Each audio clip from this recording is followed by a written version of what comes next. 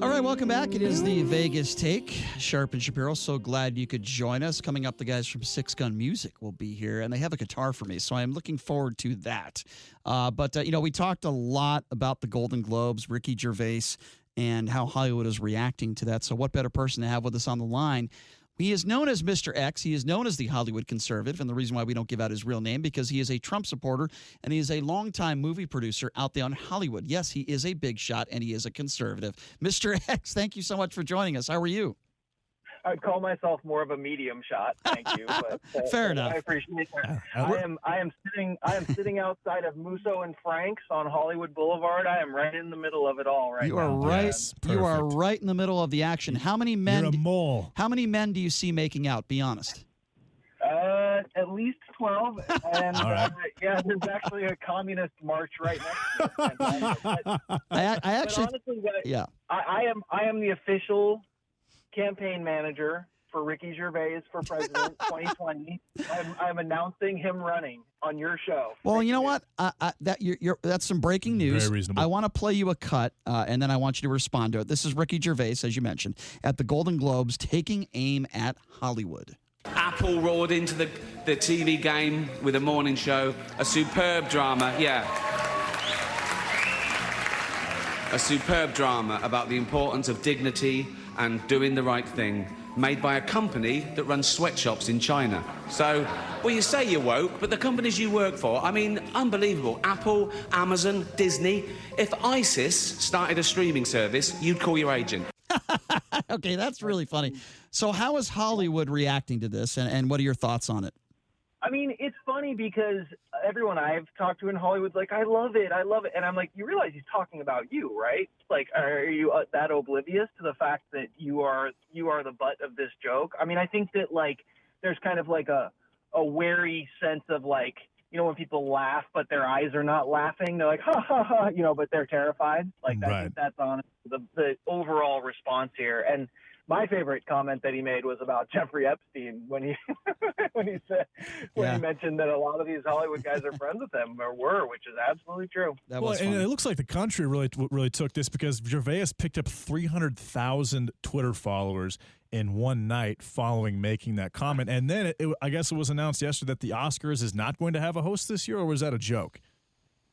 No, I'd heard that as well. And I mean, breaking news to the morons in Hollywood, but there is actually a country outside of California, and there's actually tens of millions of people who are not liberal and do not buy into the Meryl Streep, Patricia Arquette garbage that is this elitist nonsense, and that they love stuff like Ricky Gervais. I mean, all my conservative friends on Facebook were touting Ricky Gervais. And Ricky Gervais is not a Trump supporter. He's not even conservative. He just called people out for their BS, which is, it was very timely. Like, Speaking of timely, I mean, really, he basically has echoed the things that you've been saying since you've been coming on the show. So I thought that was really interesting. That was funny. Speaking of timely, though, Mr. X, I have to share some breaking news and get your thoughts on this. I know you're going to be devastated to hear this news.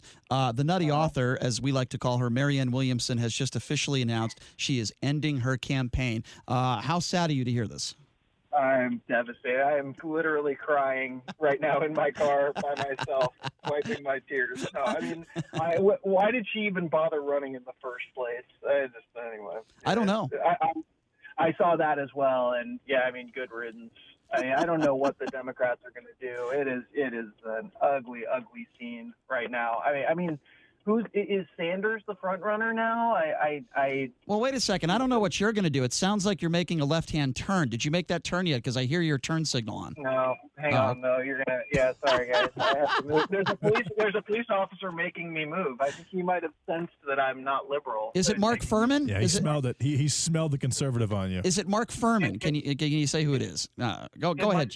No, I did actually have a conversation with my one non-liberal friend in Hollywood about the Ricky Gervais thing, and it was pretty epic. He said, "Oh yeah, Ricky, man, he should run for president in 2020." And I said, unfortunately he can't because he's not American. And he said, "Well, neither was Obama." I was like, "Oh, ooh, very, very Trumpish of you to say that. Very Trumpish. So Trumpish. That was him that said that. I thought it was so Mr. X, exactly how screwed is Harvey Weinstein at this point, in your opinion? Oh God, I mean, beyond. I mean, it's crazy, and it's kind of like he's kind of the scapegoat that's just taking everything. You know what I mean? He's like the figurehead for all of this nonsense. And we've talked about Harvey ad nauseum, and Right. It's funny anytime. What's still odd is just in this town, there's still so much respect for Harvey and more so fear for you guys. I don't even think necessarily that you guys, and I don't mean this in a patronizing way, but outside of the industry, understand how powerful he was in the industry. I mean, Miramax was like, it was God. I mean, if you had an opportunity to work with Harvey, or that he was interested in one of your projects, or like to be in his film, I mean, you were set. I mean, he was at the top of the heap for a long time. And that takes a long time to wear off. And there's still a lot of people who really fear and respect him. And it's kind of odd, the sort of like, the dynamic of just how screwed he is, and he's probably going to go to prison for a long time, and the fact that there's still people who probably, if Harvey called them and said, "You want help making your movie?" would say, "Sure."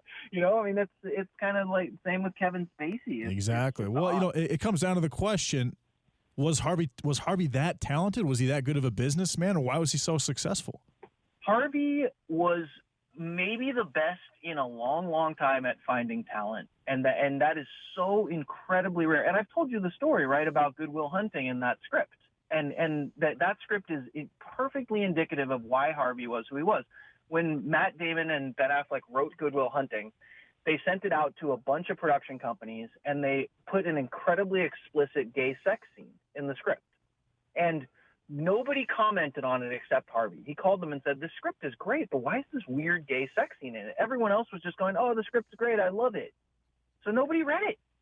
And so Harvey actually took the time to read it and was the only one who said, what's the deal with this bizarre scene? Because he recognized that there was something there. And I mean, he backed Tarantino's films. I mean, he was one of the best at spotting talent. And that's incredibly rare in this town. Mr. X, what do you make of Harvey, stumbling his way into the courtroom, talking about the back pain that he has and the back surgeries? Because there's a video that I see where he's walking like a 95-year-old man, and then all of a sudden he picks up that walking cane or whatever you would call it that he has, and he seems to be able to walk up the steps just fine. I think it's total crap. I think he's trying to make people feel sorry for him. What do you think? Of course he is. I mean, what other options does he have? I mean, he's not a very sympathetic guy. I mean, he's not even like, what's his name? Lou, I'm blanking on the comedian, but like that. Lucky Louie? Yeah, exactly. Yeah. Louis C.K. Well, Louis C.K., yeah. Yep. He's even a sympathetic character in the perspective that like people actually liked him, and like he seemed to come across more as like having a problem than just being an absolute monster. And so Harvey's doing what he can. I mean, he doesn't have any options. He's got, I feel like more allegations come out every day, and they're really bad. Yeah, terrible. And it's not like okay, like there was this one unfortunate night and he said it was consensual and she didn't, and it's kind of questionable, and now he's in trouble. Like, no, this was like systematic rape and abuse and just a horrible person. Yeah, for a number of years. So Leonardo DiCaprio, Brad Pitt, Martin Scorsese, and Robert De Niro were paid there was a $70 million budget for a 15-minute film by a Chinese casino. Each of these actors were paid almost $13 million for 2 days. Tell me about this. Hey, there's a lot of money in China, boys. The government keeps it all for themselves. I mean, in the industry, there's this strange, again, sort of like duality with China, where everyone wants to go to China because there's so much money there, but it's just also an awful country that is like treats its citizens terribly and are, basically massacring people. And so it's like, I mean, it's not surprising. There's a lot of money there. Yeah. I mean, and they love American actors and, guys like De Niro and Brad Pitt and Leo, who have been in these very famous movies like Titanic and The Godfather 2. And, these guys are worshipped over there.